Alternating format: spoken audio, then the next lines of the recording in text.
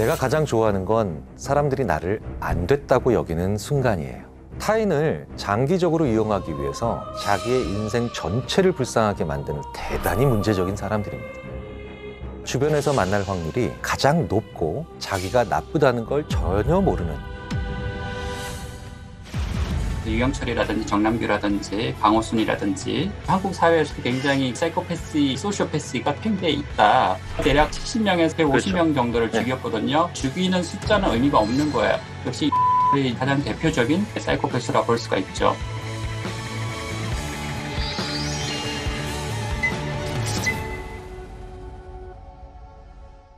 안녕하세요. 인지심리학자 김경일입니다.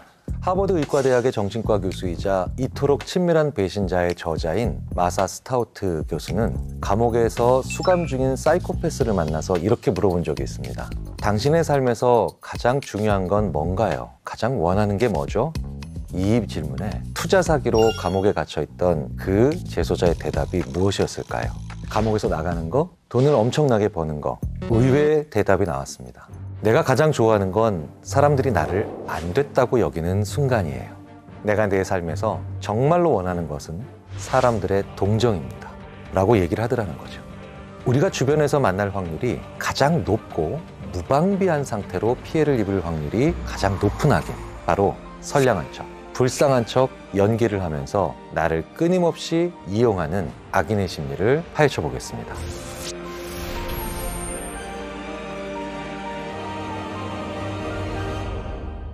선량한 얼굴로 사람들의 동정을 불러일으켜서 자신의 이득을 취하는 나쁜 사람들, 이들이 가장 대표적으로 자기가 나쁘다는 걸 전혀 모르는 그런 형태의 악인들이죠. 왜일까요? 자기의 자존심이나 자존감을 크게 개의치 않기 때문입니다. 심지어는 타인을 장기적으로 이용하기 위해서 자기의 인생 전체를 불쌍하게 만드는 사람은 대단히 문제적인 사람들입니다.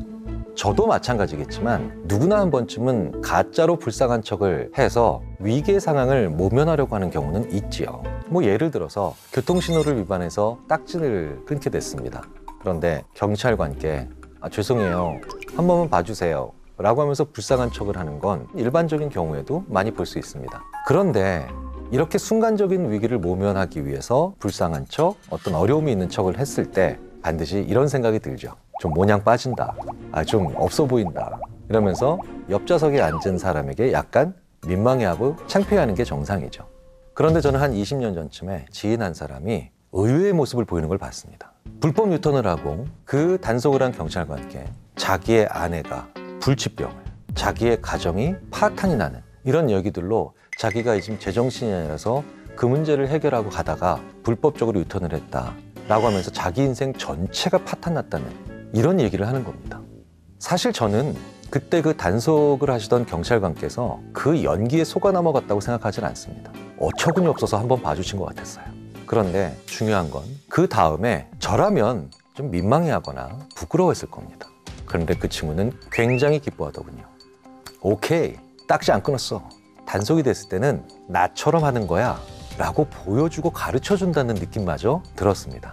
즉 이것을 장기적으로 한다는 거죠. 이렇게 되면 이른바 동정연극형 소시오패스라고 불리기도 합니다. 인간은 동정심을 가지게 되면 무방비 상태가 됩니다. 그와 동시에 기본적인 의무감을 가지게 된다는 것을 뜻하기 때문입니다. 그리고 그 의무감은 그 사람의 일을 내 일처럼 느끼게 만드는 공감과 직결되죠. 그런데 그것을 만들어내서 이득을 보려고 한다는 건 대단히 질이 나쁜 사람이라는 걸 의미하게 된다는 거죠. 조금 이상하지만 악인은 없었으니까 이렇게 넘어가지 말고 이런 일을 반복적으로 하는 사람들은 유심히 지켜보고 경계해야 된다는 거죠. 왜냐, 나 역시도 나도 모르는 사이에 그 사람에게 속아 넘어가면서 무언가를 계속 지불하고 빼앗기고 있는 관계를 유지하고 있다는 뜻이 되니까요. 자, 그렇다면 허언증과 동정연극의 차이는 뭘까라는 질문을 하실 수도 있을 겁니다.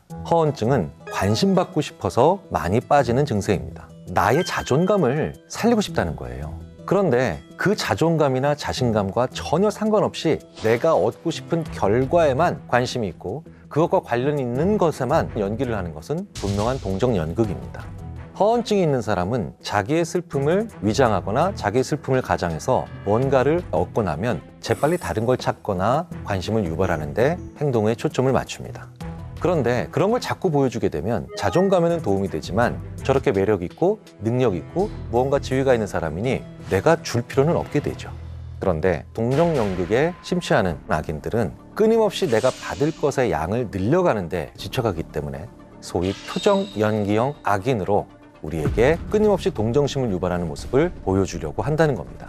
일반적인 사람들이 악인은 강하다는 고정관념을 가지고 있다는 걸 잘 알고 있기 때문입니다. 그래서 이들은 이걸 역으로 이용하는 약해 보일 줄 아는 악인들이라는 거예요. 자, 그렇다면 이런 악인들은 스스로 자기가 불쌍하다는 생각을 하지 않는다는 걸까요? 사람마다 다르지만 이런 종류의 악인들은 불쌍하다, 불쌍하지 않다가 전혀 중요하지 않습니다.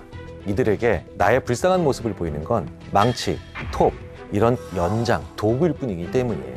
망치로 못을 박고 톱으로 나무를 자를 뿐 더 이상의 가치를 부여하지 않는다는 겁니다.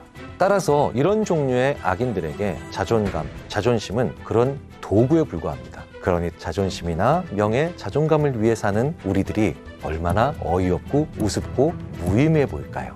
그래서 더더욱 우리들을 이용하기가 쉬워지고 그것에 대한 죄책감은 조금도 가질 수 있지 않게 됩니다. 그렇기 때문에 동정연극을 하는 악인과의 관계를 끊는다는 것도 일종의 방법이 필요합니다. 불쌍한 척하는 악인들은 조금씩 빠져나오는 게 아니라 한 번에 끊어내야 됩니다. 이런 사람들은 기본적으로 다른 곳에서 나를 험담하면서 자기의 불쌍함을 ඝ아먹으려고 하지 않기 때문이죠. 생각해 보세요.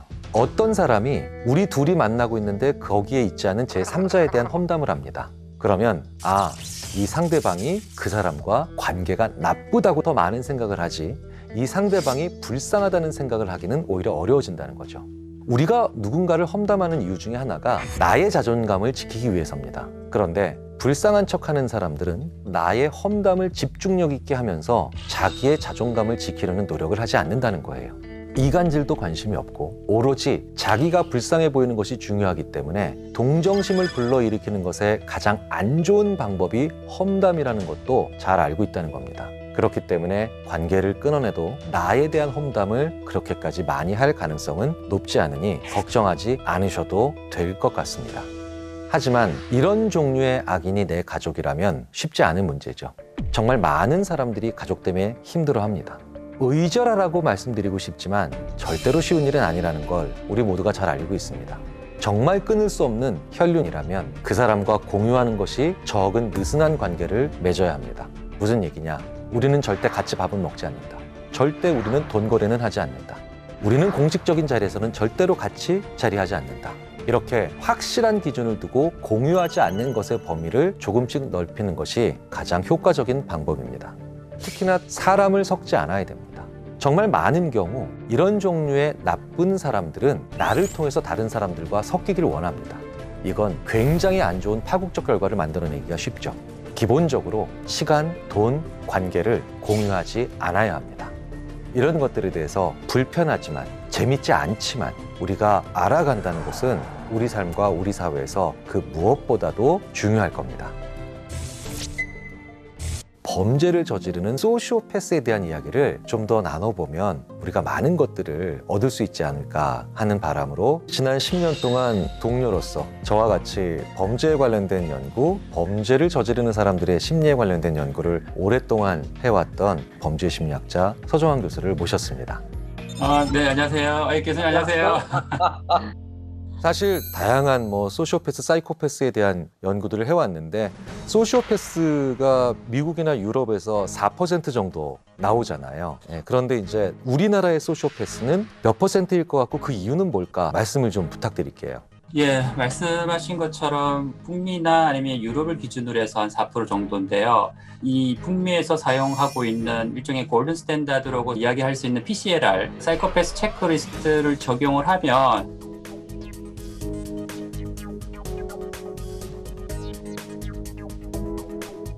우리나라에서 3분의 1 정도가 떨어져요. 그래서 대략 한 0.3%에서 대략 한 1% 정도라고 볼 수 있다라고 이제 추정을 하죠. 근데 한국에서 나타나고 있는 사이코패스의 특질하고 미국이나 영국에서 나타나고 있는 사이코패스 특질들이 조금씩 달라요. 그 문화에 따라서 일종의 사이코패스의 증상이나 특질들이 다르게 나타나잖아요. 그죠? 그래서 그걸 그대로 적용할 수는 없고 PCLR에 한국적인 폭력성, 사이코패시적인 폭력성이 수렴이 돼야 정확한 한국에서의 사이코패스의 비율이 나오지 않을까라고 생각이 드는데 이제 이중성 혹은 가식성, 남을 잘 속이는 거 이런 것들은 캐나다 데이터하고 미국 데이터하고 영국 데이터를 비교를 하면 영국에 비해서는 거의 3배가량 점수가 높게 나타나고요. 미국이나 캐나다의 데이터와 비교를 해볼 땐 2배가량 이상 나타나거든요. 그러니까 굉장히 현저한 특질 중에 하나가 되는 거죠. 한국 사회에서. 그래서 이 정서성에다가 조금 더 가중치를 둬서 전체적인 PCLR의 점수를 내보면 결코 떨어지지 않는다. 혹은 더 많은 비율을 보일 가능성이 높다. 그래서 저는 이제 회색 존이라고 그러는데요. 강한 사이코패시 증상을 보이지는 않지만 어느 정도의 사이코패시를 가지고 있는 사람이 직장이나 가정이나 학교에서 지속적으로 해악적 성격을 가지면서 피해를 끼치는 사례가 한국에서 굉장히 많이 나타나고 있거든요. 그래서 그런 면을 볼 때는 한국 사회에서도 굉장히 그 사이코패시, 이 소시오패시가 굉장히 팽배해 있다라고 볼 수가 있죠. 많이 연구자들끼리 이제 논란도 있고 논의도 하지만 사이코패스와 소시오패스를 어떻게 구분하는 게 맞다고 보세요? 예, 학파에 따라서 조금 다른데요. 지금 이제 메인스트림은 뭐냐면 굳이 개념적으로 분류를 해서 바라볼 필요가 있느냐. 그런 개념에 대해서 이제 언론에서는 이제 사이코패스, 소시오패스에 대해서 많은 이야기들을 하지만 이제 사이코패스와 소시오패스를 연구하시는 연구자들이 모였을 때 그런 분류에 대한 의미성에 대해서는 굉장히 부정적으로 보죠. 결국은 줄기를 타고 들어가다 보면 그 기저에 깔려져 있는 핵심적 특질들이 결국은 수렴이 되는데 구태여 사이코패스나 소시오패스를 그렇게 혼란스럽게 구분할 필요가 있느냐라는 그것이 학계에서의 다수의 이제 의견들이죠. 그래서 이제 조금 더 들어가게 되면 사이코패스와 소시오패스는 같다라는 것이고요. 통용되는 어가 뭐냐면 사이코패스로 쓰고 있습니다. 자, 그렇다면 소시오패스라고 부르든 사이코패스라고 부르든 한국 사회에 가장 대표적인 사례들이 있다면 어떤 거를 들 수 있을까요? 그 여성과 이 남성의 사이코패스가 조금씩 다르게 나타나는데요. 한국에서 대표적인 여성 사이코패스라고 한다면 이제 어민숙이라고 혹시 아실지 모르겠어요. 2000년도부터 2005년도 사이에 남편하고 이제 오빠하고 모친 그리고 지인들을 살해하거나 아니면 상해를 끼침으로써 보험을 타내서 그걸 가지고 유흥을 즐겼던 제가 사이코패스 관련된 책을 내면서 그 사람에 대한 행동적 특성들을 가지고 새로 평가를 해보니까 대략 한 35점 정도로 해서 나왔고 굉장히 전형적이면서 여성적인 사이코패스의 증상들을 가지고 있죠. 예컨대 가족들에게 적대적 행동들이 나타난다든지 주로 이제 성적인 그런 행동들을 통해서 누군가를 이중적으로 이용을 해본다든지 정서상의 불안정성이라든지 이런 것들은 대표적으로 여성성에서 나타나고 있는 특징들이거든요. 반면에 이제 남성인 경우에는 유영철이죠. 유영철은 테리 번디보다 더 점수가 높게 나타나요. 테드 번디가 대략 70명에서 한 150명 정도를 죽였거든요. 픽스라는 연구자가 이제 테드 번디에 대해서 PCL을 적용을 해봤는데 이 사람이 35점이 나왔었거든요. 제가 유영철에 대해서 이제 수사백서라든지 과거에 이제 프로파일러 있으면서 이제 접했던 정보들을 가지고 다시 이번에 재평가를 해보니까 38점이 나왔어요. 네, 이게 5사람 이상을 죽이게 되면 이제 죽이는 숫자는 의미가 없는 거예요. 그러니까 죽이고 나서 이 사람에 대해서 어떤 과학적 행동들을 보였는가, 뮤틸레이션이라고 그러는데 사체를 절단해 놓고선 그 절단해 놓은 사체를 가지고 어떤 형식으로 자기가 이용하느냐, 과학성 정도를 가지고 판단해 보면은 역시 유영철이 가장 대표적인 사이코패스라고 볼 수가 있죠. 예. 이런 성향은 몇 살 때 결정적으로 나타난다고 하고 우리가 봐야 되죠? 만 3세 이전에 그런 징후들이 보여요. 부모하고 애착 관계가 제대로 형성이 안 되다든지, 사람의 얼굴보다는 사물을 먼저 직시를 하면서 더 오래 응시한다든지, 상호 교류가 잘 안 된다든지 하는 형식으로 진행이 되다가 3세에서 부모가 좀 기민하게 알아차려서 상담이라든지 다양한 시스템, 프로그램을 적용을 해서 지원을 해주고 도움을 주게 되면 좀 많이 사회화가 되면서 그런 사이코패스적인 특징들이 많이 이제 좀 경감이 되죠. 그래서 일종의 기능적 사이코패스라든지 성공적 사이코패스 아니면 비범죄적 사이코패스로 나타나는 경향성이 있죠. 그러지 않고 그대로 내버려 두거나 아니면 좀 빈약한 가정에 성장하면서 아동학대라든지 성학대라든지 정서적 방임들을 경험하게 되면 그것이 더 악화가 되고 트리거가 돼서 범죄적 사이코패스로 성장하죠. 유영철이라든지 정남규라든지 강호순이라든지 등등. 그래서 포인트는 역시나 3세라고 볼 수가 있습니다. 중학교 때 아니면 초등학교 때 취약을 하고 나서는 어떤 개입도 효과가 없다. 그렇게 연구가 보고되고 있죠. 오늘 다양한 얘기를 해주셨는데 마지막으로 우리나라의 이런 나쁜 악인들, 이 사람들을 더 많이 연구해야 되는 이유가 뭐가 있을까요? 악인에 의해서 피해를 받는 사람들이 굉장히 많거든요. 저도 그중에 원오브댐이었고요. 굉장히 우울감을 경험하고 정서적인 피해 아니면 일종의 트라우마를 경험을 하면서 굉장히 힘들게 살아가는 사람들이 꽤 많아요. 그리고 사이코패스로 인해서 발생되는 사회적 비용이 40조라고 추정을 해요. 미국에서는 약간 600억 달러 매년 그렇게 많은 수의 사회적인 직간접적인 피해들이 발생하고 있죠. 그래서 그런 피해를 줄이기 위해서라도 사이코패스에 대한 심층적인 연구들이 또 진행이 될 필요가 있고, 이 당사자 나쁜 악인이잖아요. 그죠? 근데 사이코패스, 이 절대적인 악도 변할 수가 있다. 이 말은 무슨 말이냐면 예전에는 사이코패스는 감정을 못 느끼는 걸로 생각이 됐었어요. 그래서 무정서 이론 이렇게 얘기를 하잖아요. 그죠? 근데 실제 이 사람들은 정서를 느끼지만 그 정서를 인지체계라든지 의사결정에 잘 반영하지 못한다. 그래서 자기가 합리적인 의사결정을 할 수 있도록 개입이 이루어지게끔 해주면 그 감정을 잘 반영해서 인지체계의 의사결정 과정에서 잘 적용할 수도 있을 것이다. 그래서 이 사람들을 치료하기 위해서는 어떻게 접근을 해야 되느냐, 조금 더 이 사람들과 가까이 있으면서 지켜보고 관찰하고 같이 면담하면서 더 많은 심층적인 연구가 진행이 돼야 되지 않을까라고 생각이 듭니다. 보편적인 훨씬 더 많은 사람들을 위해서 해야 되는 거죠. 그렇네요. 그렇죠.